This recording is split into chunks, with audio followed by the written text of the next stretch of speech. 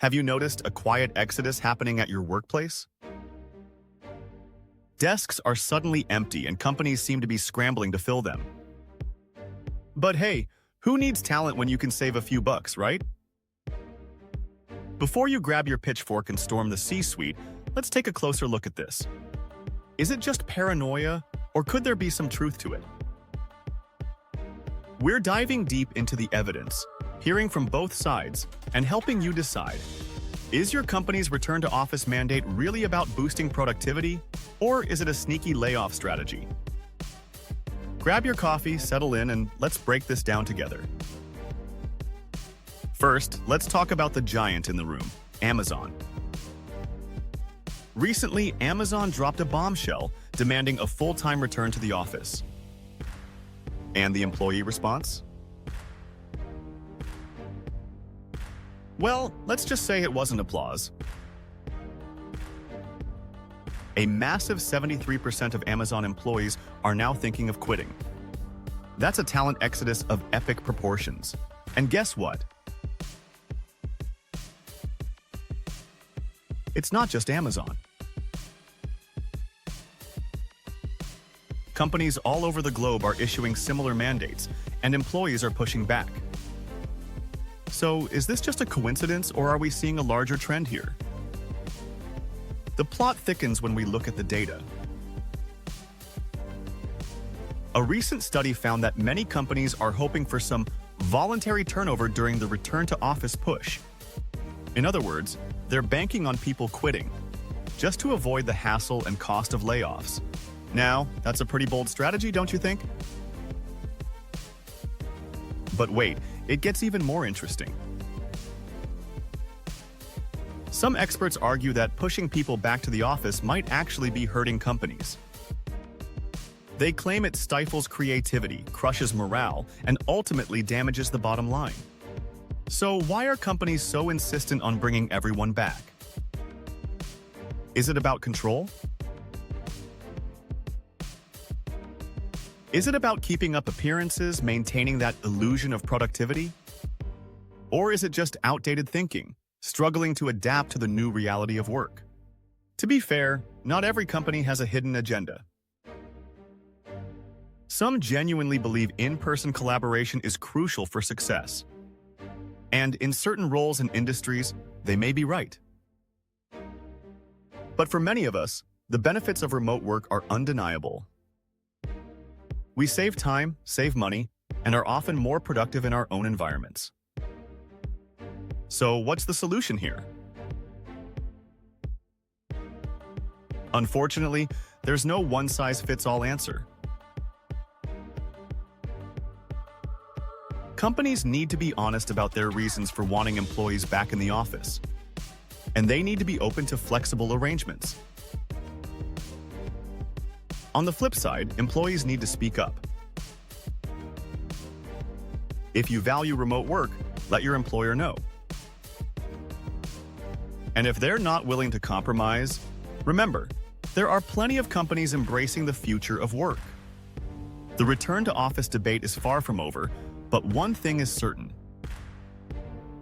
The way we work is evolving, and companies that refuse to adapt will be left behind. Whether you're team remote or team office, remember this. You have a voice. Use it.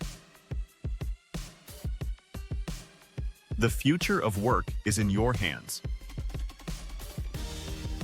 If this video resonated with you, hit that thumbs up and subscribe for more insightful content. And we'd love to hear your thoughts. Are you ready to return to the office, or are you holding on to your remote freedom? Now, let's address the elephant in the room, layoffs. With the economy in a shaky state, companies are looking to cut costs. Sadly, that often means layoffs. But instead of being upfront about it, some companies are using return-to-office mandates to subtly force people out. It's a cold, calculated move, and it's leaving many feeling betrayed and disillusioned. But here's the silver lining. This is your chance to take back control. We don't have to accept the status quo. we can demand better from our employers. We can find companies that value our skills and respect our autonomy. And we can build a future of work that's both fulfilling and sustainable. So, what can you do if your company is forcing you back to the office? First, have an honest conversation with your manager.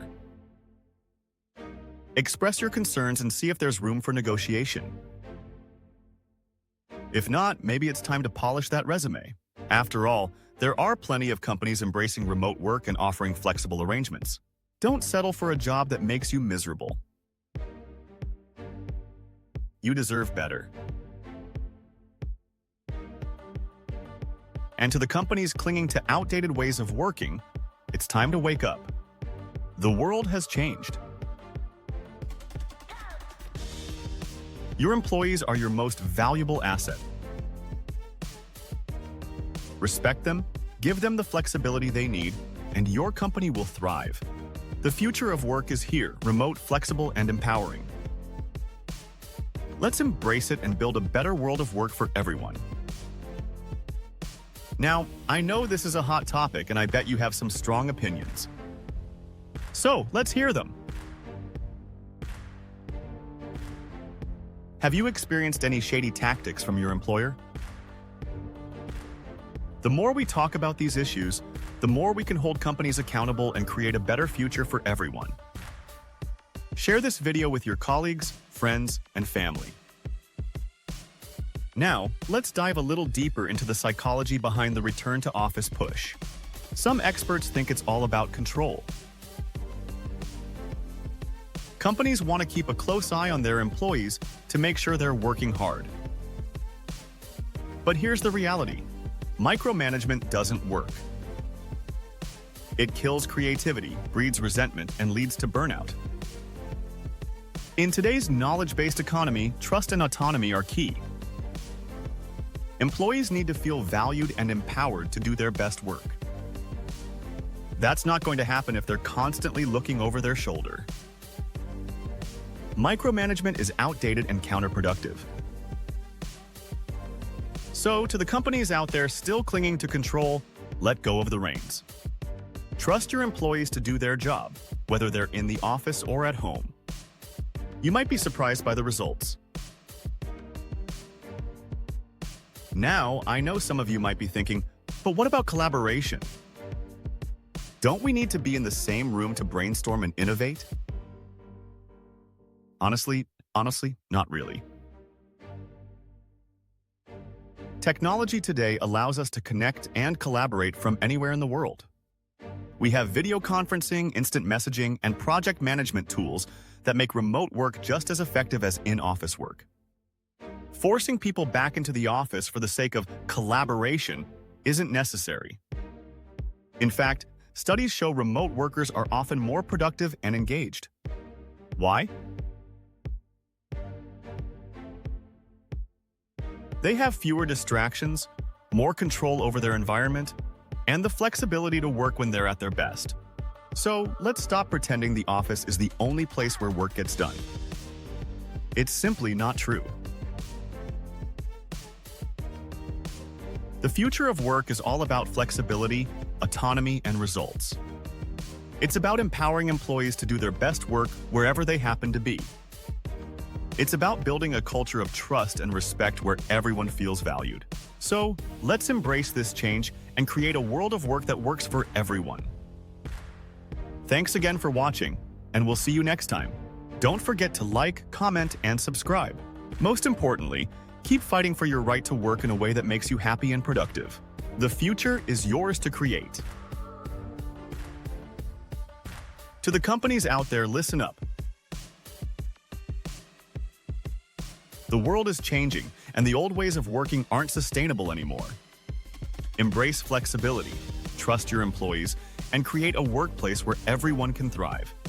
The future of work is bright, but only if we're willing to adapt. Need to look busy while keeping up with work-from-home strategies? Sign up for our free email newsletter for all the latest tips and tricks. Don't forget to like, subscribe, and get notifications for more content like this.